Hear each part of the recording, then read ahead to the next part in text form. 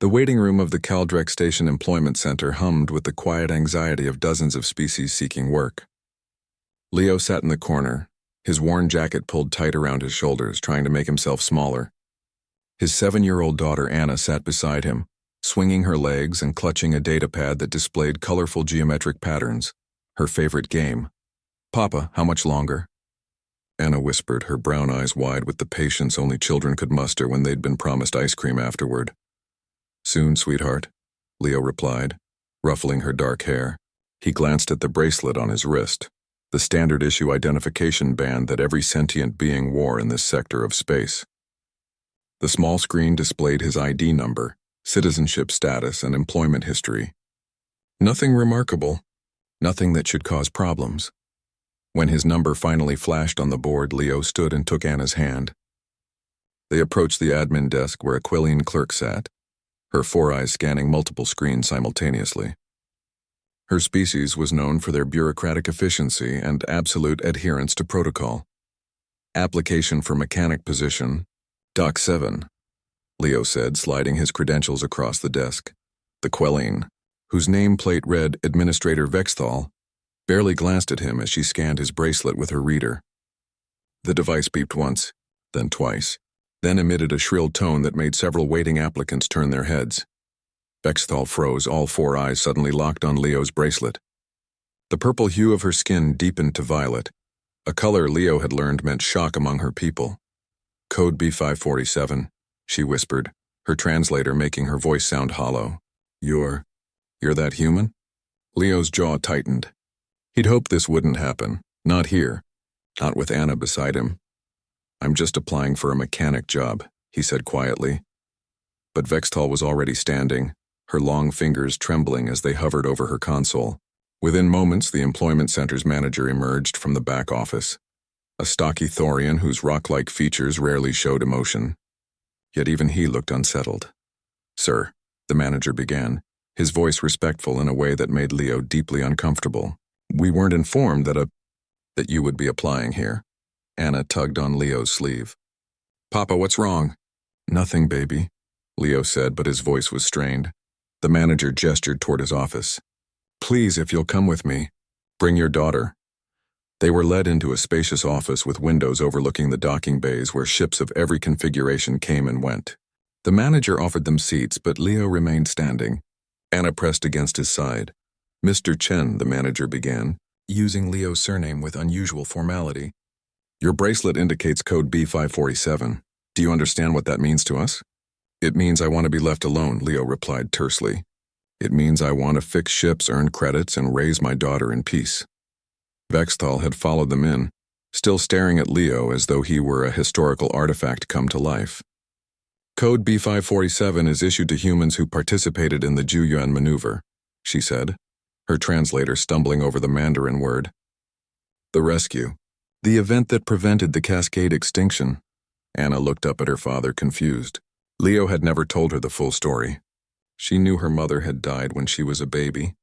She knew they'd moved stations 3 times in 5 years, but she didn't know why. The Thorian manager pulled up a holographic display. Images flickered to life, a massive space station breaking apart. Millions of beings from 100 species trapped as the structure collapsed. And there, in grainy footage, were the human engineering crews who had defied every safety protocol, every rational calculation, to manually stabilize the station's core. 73 humans had entered the radiation-flooded heart of that station. 41 had walked out, carrying injured aliens on their backs, having jury-rigged a solution that shouldn't have been possible with the tools they had. Leo had been one of the 41. His wife had been one of the 32 who hadn't made it. "You're a legend," Vexthal breathed. "Why would you apply for a basic mechanic position?" "Because legends don't pay for food," Leo said bitterly. "Because I'm just a man trying to raise his daughter. Because I don't want to be special. I want to be employed." The manager and Vexthal exchanged glances, communicating in ways Leo couldn't quite follow. Finally, the Thorian nodded slowly. "The mechanic position pays 800 credits per cycle," he said. "It's yours if you want it. But Mr. Chen," he paused, "we can offer you the chief engineer position. It pays 200 credits per cycle, full benefits, priority housing, Educational stipend for your daughter. Leo shook his head. I don't want special treatment. It's not special treatment, Vexthal interjected, her voice gaining strength. We've been trying to fill that position for 2 cycles. No one has your qualifications, your experience. Sir, you could train our entire engineering staff. I could be a father, Leo interrupted. Chief engineer means 60-hour weeks. It means being called away at all hours. It means Anna grows up without me. He looked down at his daughter. I've already lost too much.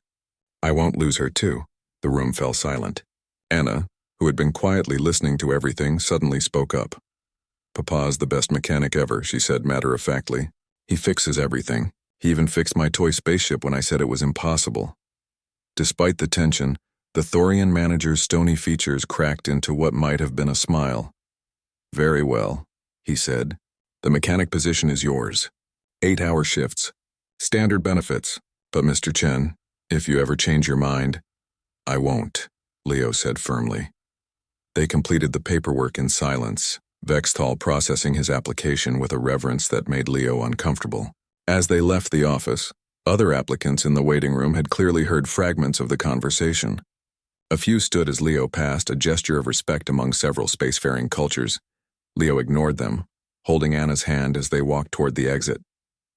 Papa? Anna asked as they stepped into the corridor. Yes, sweetheart? Are you really a hero? Leo stopped walking. He knelt down to Anna's level, looking into eyes that held his whole universe. No, he said gently.